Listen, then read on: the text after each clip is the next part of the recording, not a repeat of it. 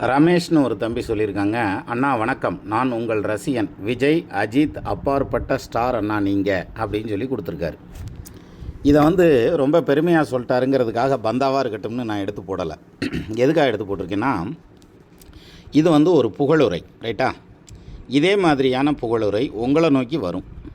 அப்படி வர்றப்ப என்ன பண்ணணும்னா, இந்த புகழ்ச்சிக்கு மயங்கிட்டீங்கன்னு வச்சுக்கோங்களேன், அங்கேயே நின்றுக்கிற வேண்டிதான். உள்ளதுலேயே மிக மோசமான போதை அப்படிங்கிறது புகழ் போதை. ஏன்னா சாராயம் குடித்தவனுக்கு கூட தெளிஞ்சிடும், இந்த புகழ் போதையில் மாட்டினவனுக்கு தெளியவே தெரியாது. அதனால் உள்ளதுலேயே மிக சிக்கலான ஒரு விஷயம் வாழ்வில் அப்படின்னு எடுத்துக்கிட்டால், ஒரு பழியை சுமக்கிறது கூட சுமந்துட்டு கலட்டி வச்சுட்டு போயிடலாம். கொஞ்ச நாள் கழித்து நல்ல மனுஷன்ப்பா, நல்லத்தையும் செஞ்சார், நம்ம தான் தப்பாக புரிஞ்சுக்கிட்டோம்ட்டு கூட போயிடுவாங்க. ஆனால் இந்த புகழ் போதையில் மாட்டினா இந்த புகழுக்காக நிறைய விஷயத்தை காம்ப்ரமைஸ் பண்ணிக்கிட்டு தியாகம் பண்ணிகிட்டே போவாங்க. அதனால் ஃப்யூச்சரில் நீங்கள் இதில் மாட்டிடாதீங்க.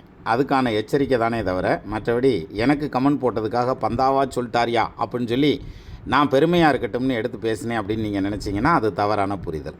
ஸோ புகழ் போதையில் நீங்கள் மட்டும் இல்லை, யாருமே மாட்டாமல் ஆண்டவன் காப்பாற்றணும்னு நான் இறைவனை வேண்டிக்கிறேன். நன்றி.